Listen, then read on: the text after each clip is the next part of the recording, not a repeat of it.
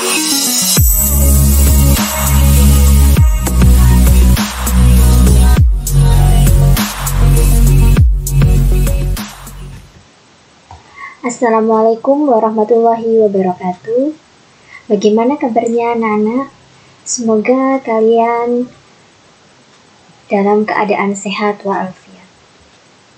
Tetap semangat ya untuk mengikuti mata pelajaran pada pagi hari ini. Anak-anak, saya Ibu Ayu Lali Komaria yang akan mengajar kalian di mata pelajaran OTK Sarana dan Prasarana kelas 12. Baiklah anak-anakku, sebelum kita memulai pelajaran pada pagi hari ini, marilah kita berdoa terlebih dahulu. Berdoa mulai. Berdoa selesai. Kemudian, isilah daftar hadir mata pelajaran ini dari link yang ada di description box di YouTube. Sebagai bukti kehadiran kalian bahwa kalian itu mengikuti mata pelajaran saya pada pagi hari ini. Kemudian saya akan menjelaskan materi yang akan dipelajari pada semester Gasal. Ada kompetensi dasar pengetahuan dan keterampilan. Dimulai dari KD 3.10, menganalisis perencanaan kebutuhan sarana prasarana kantor. KD 4.10, membuat perencanaan kebutuhan sarana dan prasarana. KD 3.11, menerapkan pengadaan sarana dan prasarana. KD 4.11, melaksanakan pengadaan sarana dan prasarana. KD 3.12, menerapkan penerimaan, penyimpanan, dan penyaluran sarana dan prasarana. KD 4.12, melakukan kegiatan penerimaan, penyimpanan, dan penyaluran sarana dan prasarana. KD 3.13, menerapkan inventarisasi sarana dan prasarana. KD 4.13, melakukan kegiatan inventarisasi sarana dan prasarana. KD 3.14, menerapkan pemanfaatan sarana dan prasarana. KD 4.14, melaksanakan kegiatan pemanfaatan sarana dan prasarana. KD 3.15, menerapkan pengamanan dan pemeliharaan sarana dan prasarana. KD 4.15, melakukan kegiatan pengamanan dan pemeliharaan sarana dan prasarana. Selanjutnya adalah materi yang akan kalian pelajari di semester genap. Ada kompetensi dasar pengetahuan dan keterampilan. Mulai dari KD 3.16, yaitu menerapkan penghapusan sarana dan prasarana. KD 4.16, melaksanakan penghapusan sarana dan prasarana. KD 3.17, menerapkan penyimpanan dokumen administrasi sarana dan prasarana. KD 4.17, melaksanakan penyimpanan dokumen administrasi sarana dan prasarana. KD 3.18, mengevaluasi administrasi sarana dan prasarana. KD 4.18, membuat laporan hasil evaluasi administrasi sarana dan prasarana. Selanjutnya ada penilaian mapel OTK sarana dan prasarana kelas 12. Ada ini ya, penilaian pengetahuan dan keterampilan. Nah, untuk penilaian pengetahuan terdiri dari nilai tugas, PH atau penilaian harian, PHB Gasal dan genap, PAS Gasal dan PAT genap. Sedangkan untuk keterampilan ada nilai proyek, produk, portofolio, dan praktek. Dan KKM mapel OTK sarana dan prasarana ini adalah 75. Baiklah anak-anakku, hari ini kita akan mempelajari materi tentang KD 3.10, yaitu menganalisis perencanaan kebutuhan sarana dan prasarana kantor. Tujuan pembelajaran: yang pertama, siswa dapat mengenalkan definisi perencanaan kebutuhan sarana prasarana kantor dengan benar. Yang kedua, menguraikan tujuan perencanaan kebutuhan sarana dan prasarana kantor dengan benar. Ketiga, menganalisis manfaat perencanaan kebutuhan sarana dan prasarana kantor dengan benar. Dan selanjutnya, nah, apa itu perencanaan? Ada yang tahu? Ya, perencanaan atau planning bahasa Inggrisnya merupakan suatu rangkaian persiapan tindakan untuk mencapai tujuan. Jadi, seseorang baik dalam individu maupun kelompok, ketika seseorang itu untuk mencapai tujuan, mencapai sesuatu, atau melakukan kegiatan apapun itu, sebelumnya harus ada perencanaan dulu. Di dalam perencanaan, mereka itu mempersiapkan apa saja hal-hal yang perlu dilakukan dan dipersiapkan.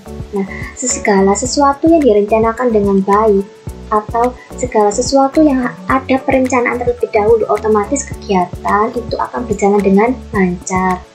Jadi, segala sesuatu itu harus direncanakan terlebih dahulu. Itu baiknya. Yang tidak baik itu apa? Ketika kita melakukan segala sesuatu untuk mencapai tujuan. Nah, kita terburu-buru atau langsung melakukan tanpa ada perencanaan. Kalau tanpa ada perencanaan, pasti di tengah-tengah kita itu akan mengalami hambatan atau kebingungan dalam melaksanakan suatu kegiatan. Nah, apa itu perencanaan kebutuhan sarana dan prasarana kantor? Menurut Sondang P. Siagian, yaitu ahli di bidang administrasi, perencanaan dapat diartikan sebagai keseluruhan proses perkiraan dan penentuan secara matang hal-hal yang akan dikerjakan di masa yang akan datang dalam rangka pencapaian tujuan yang telah ditentukan. Nah, jadi sebelum kita menentukan atau membuat kebutuhan, alangkah baiknya direncanakan terlebih dahulu, yaitu dengan membuat list atau daftar yang harus dibeli sesuai dengan kebutuhan. Jadi sebelum dilakukan pembelian dan yang lain-lain, alangkah baiknya memang harus ada perencanaan terlebih dahulu. Kalau ada perencanaan yang baik, pasti segala tujuan dan kebutuhan itu akan terlaksana dengan baik. Nah, untuk perencanaan itu harus didiskusikan secara matang, baik dengan pegawai dan atasan. Kalau ada diskusi dan kerjasama yang baik dalam menentukan perencanaan, otomatis segala sesuatunya pasti akan berjalan dengan baik. Selanjutnya, maksud dari menentukan perencanaan, yaitu mulai dari merinci rancangan pembelian. Jadi di list daftar barang apa saja yang akan dibeli, mulai dari jenis barangnya, kualitasnya, jumlahnya, dan lain-lain. Pengadaan, rehabilitasi, distribusi sewa atau pembuatan peralatan dan perlengkapan yang sesuai dengan kebutuhan. Lanjut.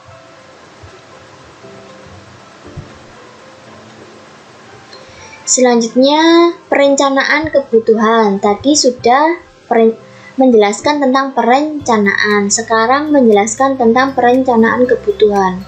Nah, untuk perencanaan kebutuhan Sarpras harus mempertimbangkan berbagai faktor kebutuhan dari suatu perusahaan. Kebutuhan tersebut harus berdasarkan data real atau nyata. Di antaranya mulai dari jenis barang, jumlahnya, kondisinya, distribusi dan komposisi, serta menyesuaikan dengan besaran anggaran yang disediakan. Jadi ketika seorang pegawai menentukan perencanaan, itu juga harus dikondisikan dengan besaran anggaran yang dimiliki oleh perusahaan. Jadi jika besaran anggarannya perusahaan itu sekian, maka daftar barang yang dibeli tidak boleh melampaui dari besaran anggaran. Kalau melampaui dari besaran anggaran, otomatis ada pembengkakan anggaran. Kalau anggaran bengkak, otomatis berimbas kepada besaran anggaran-anggaran yang lain. Seperti itu. Jadi, untuk melakukan pembelian kebutuhan sarpras, memang yang pertama yang harus disesuaikan adalah besaran anggaran atau modal yang dimiliki perusahaan. Jangan sampai ketika pegawai ingin membeli kebutuhan dalam jumlah banyak dan berlebihan, otomatis membuat perusahaan pasti bangkrut karena pembeliannya yang melampaui batas dari anggaran atau modal yang dimiliki perusahaan. Jangan sampai seperti itu.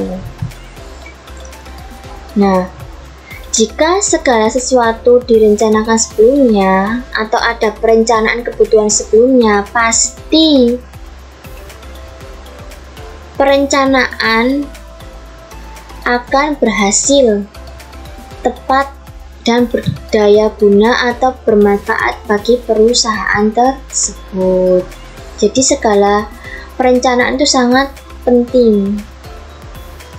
Kalau ada perencanaan, otomatis pekerjaan atau tujuan pasti tepat sasaran karena sudah dipersiapkan sebelumnya melalui perencanaan. Lanjut. Nah, ini selanjutnya ada tahapan proses. Tahapan proses perencanaan itu mulai dari mana? Yang pertama yaitu merencanakan kebutuhan. Setelah merencanakan kebutuhan, lalu pegawai tersebut melakukan pengadaan. Pengadaan itu apa sih? Pengadaan itu merupakan kegiatan penyediaan sarpras untuk menunjang pelaksanaan tugas. Nah, untuk materi pengadaan akan dibahas di bab berikutnya setelah bab KD 3.10 selesai. Selanjutnya, tujuan perencanaan kebutuhan. Yang pertama, untuk menghindari terjadinya kesalahan dan kegagalan yang tidak diinginkan oleh perusahaan. Yang kedua, untuk meningkatkan efektivitas dan efisiensi dalam pelaksanaannya. Manfaat perencanaan kebutuhan. Manfaatnya itu apa? Yang pertama, dapat membantu dalam menentukan tujuan perusahaan. Yang kedua, dapat meletakkan dasar-dasar dan menentukan langkah-langkah yang akan dilakukan. Yang ketiga, menghilangkan ketidakpastian dalam menentukan perencanaan. Yang keempat, dapat dijadikan sebagai suatu pedoman atau dasar untuk melakukan pengawasan, pengendalian, dan penilaian agar nantinya kegiatan dapat berjalan secara efektif dan efisien. Selanjutnya, hal-hal yang perlu diperhatikan dalam menyusun perencanaan sarana dan prasarana kantor. Di antaranya, yang pertama, gunakan prosedur pengelolaan sarana dan prasarana. Yang kedua, tentukan jenis, kuantitas atau jumlah, dan kualitas atau mutu sarana dan prasarana yang dibutuhkan. Yang ketiga, sesuaikan antara kebutuhan sarana dan prasarana dengan biaya yang tersedia atau biaya yang dimiliki oleh perusahaan. Jadi jangan sampai berlebihan. Yang keempat, sediakan dan gunakan sarana dan prasarana dalam kegiatan operasional. Yang kelima, tentukan penyimpanan dan pemeliharaan sarana dan prasarana. Yang keenam, kumpulkan dan kelola data sarana dan prasarana, baik data yang tercatat secara manual maupun elektronik. Yang ketujuh, tentukan penghapusan sarana dan prasarana sesuai dengan prosedur yang berlaku. Untuk penghapusan sarana dan prasarana itu untuk yang kondisinya sudah tidak layak untuk digunakan atau tidak layak pakai. Selanjutnya, kesimpulan. Nah, anak-anakku, kesimpulan pada materi hari ini, perencanaan kebutuhan merupakan komponen dari fungsi perencanaan dengan mempertimbangkan suatu faktor kebutuhan yang harus dipenuhi, sehingga perencanaan yang terencana akan berpengaruh pada pelaksanaan kegiatan untuk mencapai tujuan. Oke, anak-anakku, if you have any question, jika ya, kalian bisa menghubungi saya atau mengirim pertanyaan melalui WA saya di nomor yang tertera di video ini ya. Dan untuk materi berikutnya kita akan bahas di pertemuan berikutnya.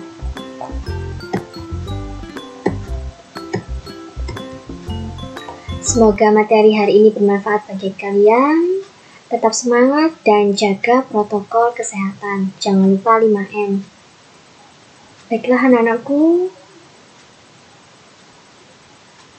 marilah kita baca doa akhir pelajaran. Berdoa mulai.